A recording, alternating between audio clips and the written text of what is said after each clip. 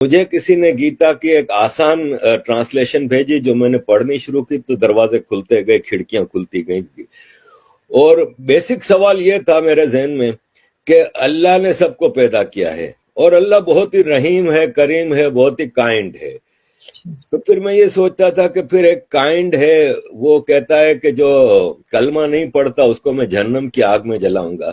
تو میں سوچتا تھا کہ یار میرے بچے ہیں، اگر اس میں سے ایک بچہ میری بات نہیں مانتا تو کیا میں اس کو آگ میں جلا سکتا ہوں؟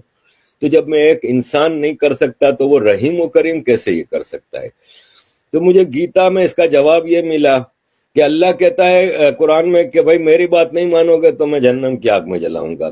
گیتا میں بھگوان کرشن کہتے ہیں ارجن کو کہ میں نے تمہیں سارا گیان دے دیا، ساری باتیں سمجھا دی، اب یہ تم پہ ہے، تم مانو تو مانو، نہیں مانو تو نہیں مانو.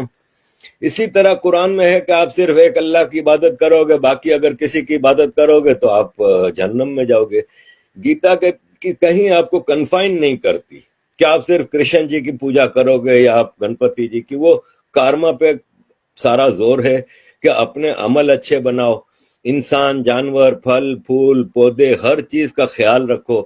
اور یہی آج کا سائنٹسٹ کہتا ہے کہ کلائمیٹ کے حوالے سے اور یہ سب چیزیں.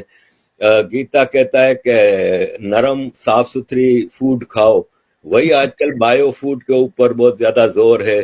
تو یہ سارے جوابات مجھے گیتا سے ملنے لگے، اور پھر مجھے ایک خوبصورت دھرم سے انٹروڈکشن ہوا جس میں سارے انکلوسیو فیسٹیولز ہیں کہ آپ سارے فیسٹیولز، ایک تو فیسٹیولز کا دھرم ہے، اس میں کہیں کوئی مار کٹائی یہ وہ نہیں ہے، نان وائلنس ہے ٹوٹل. اور اس میں انکلوسیو ہے کہ آپ سب کو دیوالی کی برفی کھلائیں، آپ سب کے ساتھ مل کے ہولی منائیں، دیوالی منائیں، یہ وہ. مسلمان کہتا ہے نہیں، صرف ہمارے فیسٹیول مناؤ، باقی فیسٹیول منانا حرام ہے.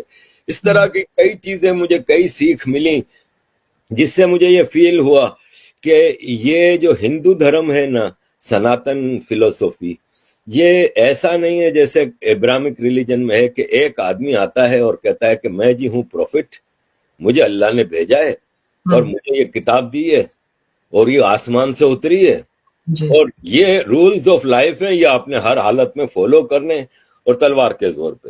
جبکہ سناتن 50,000 سال کے ایوولوشن سے بنا ہے، اور یہ ایک دن میں ایک کتاب میں ایک آدمی نے آ کے نہیں دیا ہے. اس میں وید آئے، پرانے آئے، گیتا، رامائن، اس میں مختلف دور میں مختلف سیکھ دی گئیں، اور ایک بیسک آئیڈیولوجیکل فیض ڈیولپ ہوا جس میں کہیں بھید بھاؤ نہیں ہے. ٹھیک ہے، بعد میں کوئی کہتا ہے کاسٹ سسٹم آیا، یہ سب پولیٹیکل ہے. اور یہ جب انویڈرز کا زمانہ تھا، اس میں ان چیزوں کو زیادہ ایکسپلوئٹ کیا گیا تاکہ مالائن کیا جائے ہندوازم کو، اور ابراہمک ریلیجن جنہوں نے یہاں پہ انویژن کیے تھے وہ اپنے آپ کو یہاں پہ فیمس کر سکیں یا ایڈجسٹ کر سکیں یا آکوپائی کر سکیں.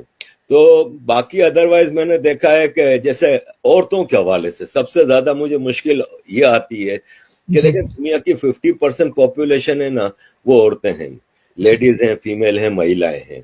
اور اسلام میں کلیئر الفاظ میں، آج صبح ہی میں نے ویڈیو لگائی ہے کہ کلیئر الفاظ میں کہا ہے کہ عورت ہے نا وہ مرد کی غلام ہے، اور مرد جب جس وقت جیسی بھی حالت ہو عورت کی وہ بلائے تو عورت اس کو اوبے کرے. اور ایک طرف کہا جاتا ہے کہ اسلام نے عورت کو اتنا بڑا درجہ دیا کہ اس کے پاؤں کے نیچے جنت رکھ دی، لیکن وہی ماں اپنے شوہر سے کے ہاتھوں پٹتی رہتی ہے، وہی ماں اپنے بیٹے کی اجازت کے بغیر گھر سے باہر قدم نہیں رکھ سکتی، وراثت میں آدھا حصہ، گواہی آدھی.